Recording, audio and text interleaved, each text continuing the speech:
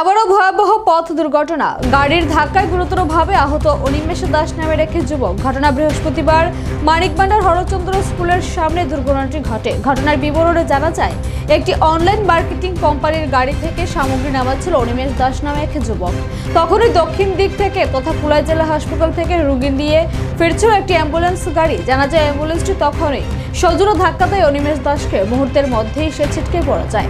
এতে গুরুতর আহত হয় ওই যুবক। পরবর্তী সময় ওই অ্যাম্বুলেন্স গাড়ি দিয়েই আহত যুবককে হাসপাতালে নিয়ে যাওয়া হয়। খবর সূত্রে জানা যায় যে আহত যুবকের মাথায় গুরুতরভাবে আঘাত লাগে।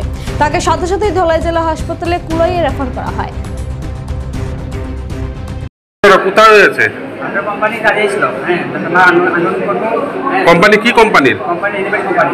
হ্যাঁ, ফ্লিপকার্টে আমাদের মাল পার্সেল হয় না, কোম্পানি গাড়ি ছিল। আমরা আমার আনন্দ করতেছি, আর যে স্যার অনিমেষ দাস এত গাড়িতে আমার আনন্দ করতেছে।